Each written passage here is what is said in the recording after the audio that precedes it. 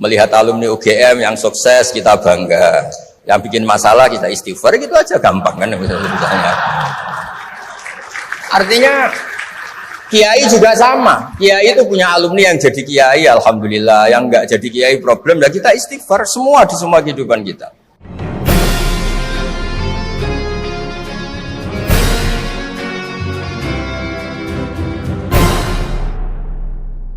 Terima kasih Pak Munjid. Mungkin kurang satu lagi, di sini ada tendik. Okay. Bahkan sebentar lagi saya mungkin 1 bulan sudah pensiun. Terima kasih Prof. Quraisyab dan Pak Kiai Gus Bahak atas pencerahan pagi hari ini tentang merawat ukhuwah. Barangkali ini menjadi modal kita semua yang saat ini kita tahu bahwa mungkin di tataran paling bawah, dan nanti barangkali yang akan saya tanyakan sangat simpel. Namun sebelumnya saya perkenalkan dulu, saya Sumardi dari Direktorat Kemahasiswaan yang tadi saya sampaikan mungkin sebulan lagi udah pensiun. Baik, Bapak-Bapak yang kami hormati yang ada di depan, termasuk Ibu Rektor, kita tahu bahwa saat ini masyarakat sangat sudah tidak lagi mungkin bahwa ukhuwah kebangsaan ini harus senantiasa kita gaungkan kembali dengan bukti yang paling kecil kita saat berjalan di jalan. Sekarang ini kalau dulu pernah dipelajari bahwa jalur kiri itu adalah jalur motor, jalur kanan ada jalur mobil, sekarang sudah tidak ada lagi. Sehingga semua jalur itu dikuasai oleh yang paling kuat. Ya, itu barangkali kalau jangkar yang paling kuat mobil yang sudah bagus, nah itulah di semua jalur itu hampir dikuasai semuanya. Hampir ini barangkali etika ukhuwah ini yang barangkali sudah luntur dan barangkali sudah tidak ada lagi mungkin di negeri ini. Saya ingin kembali kepada bapak-bapak yang terhormat ini, bagaimana sih sebetulnya tip dan trik untuk mengembalikan ukhuwah etika bermasyarakat ini kembali hadir di tengah-tengah kehidupan berbangsa dan bernegara ini. Mungkin nanti akan merambahnya sampai di tingkat nasional. Terima kasih.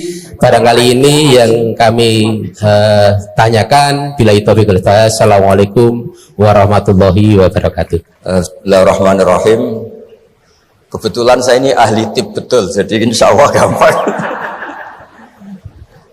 Saya tadi tersanjung lah dipuji Pak Munjid, katanya saya ini orang yang gampang saja menangani macam-macam.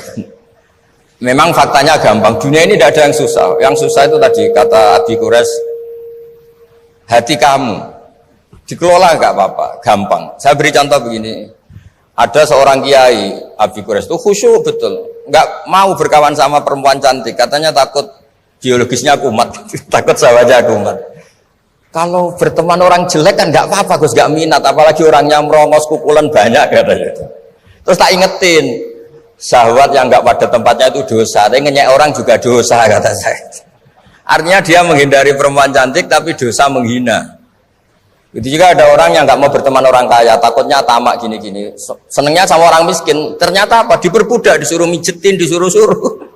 Dosanya yang berbudak itu. Jadi intinya dalam semua lini kehidupan tuh ada problem fikih. Makanya kita harus pinter-pinter berteman orang kaya, semoga kayanya untuk kebaikan. Berteman orang miskin supaya kita tawadu. Melihat alumni UGM yang sukses kita bangga, yang bikin masalah kita istighfar, gitu aja gampang kan misalnya. Artinya kiai juga sama, kiai itu punya alumni yang jadi kiai, alhamdulillah, yang nggak jadi kiai problem, dan kita istighfar semua di semua kehidupan kita. Nah, kata bapak ini, bapak saya, kalau pagi-pagi Abi Quraisy itu ada orang nyun sewu, orang miskin, sholatnya pas-pasan, pakai celana pendek, pagi-pagi rokok di warung. Bapak itu mesti bilang gini, "Hak, aku sing kiai ra mesti sebahagia itu." Sudah marung, nggak punya uang, utang, itu nyingkrang bahagianya, masya Allah. Itu kata bapak, itu rahmannya Allah. Orang nggak punya karya, nggak punya prestasi sebahagia itu, jangan diganggu kan. Selama ini kita sebagai akademisi, sebagai dosen juga ikut salah.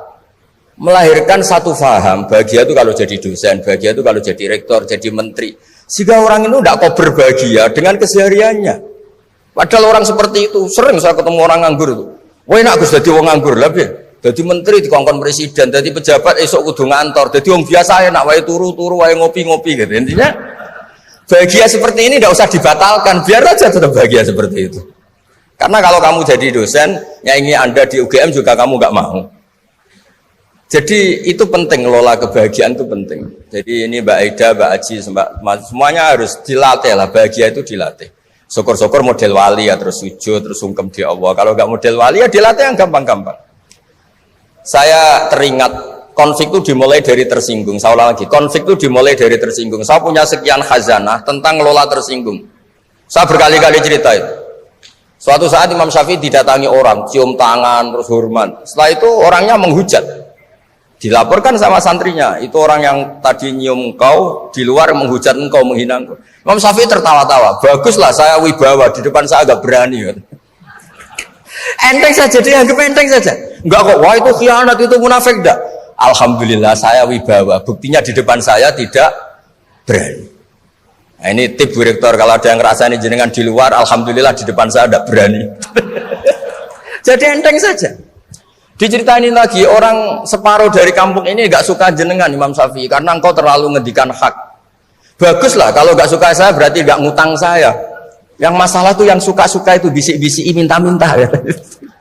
Jadi dianggap enteng saja. Kalau Anda sudah bisa ngelola konflik seperti itu, ringan saja.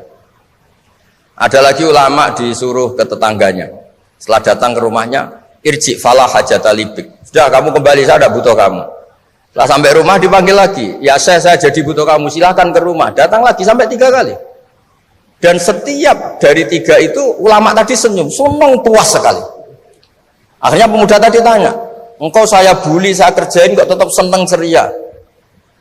Sampai 3 kali. Ayo datang ke rumah saya. Setelah sampai rumahnya, sudah pulang aja, saya tidak butuh kamu. Setelah di rumah dipanggil lagi, Pak Yai jadi acara di rumah saya. Setelah di rumahnya, sudah saya tidak butuh kamu, pulang. Sampai 3 kali. Dan fikul lil marroh, di fitil kal marroh, di semua itu beliau senyum, senang menikmati. Terus tanya pemuda tadi, kenapa engkau tetap senyum-senyum menikmati?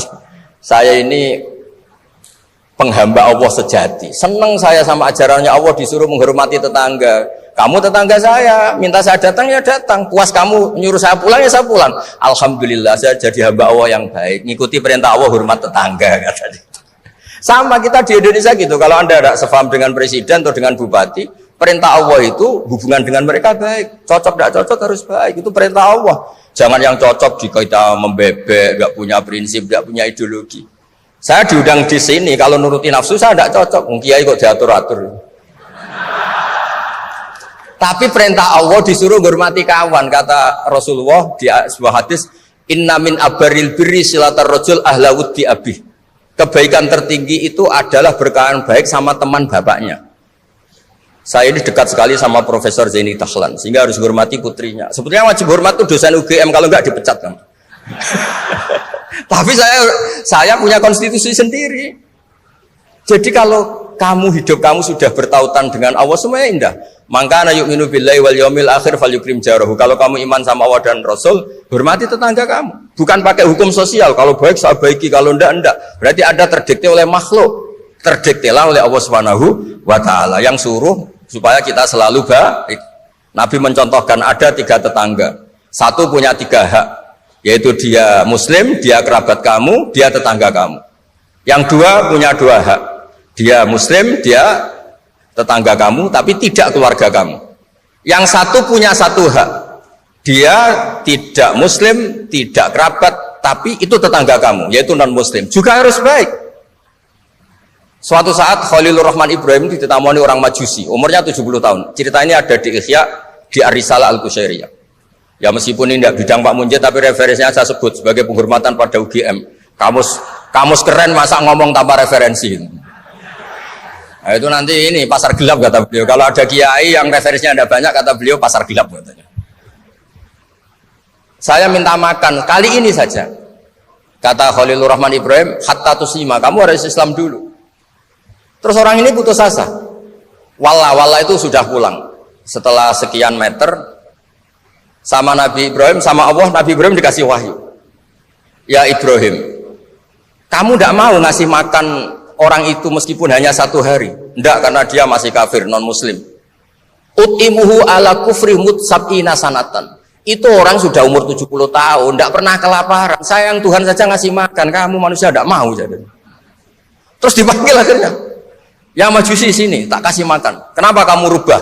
Ditegur sama Tuhan, karena kata Tuhan, saya yang Tuhan saja, yang dikafiri dia tak kasih makan, kok kamu manusia kok ribet. Akhirnya dikasih makan.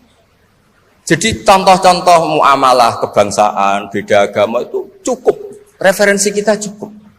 Yang enggak cukup adalah pikiran kita yang sempit, itu masalahnya, pikiran kita yang sempit. Wong Islam itu kepenak, enak betul.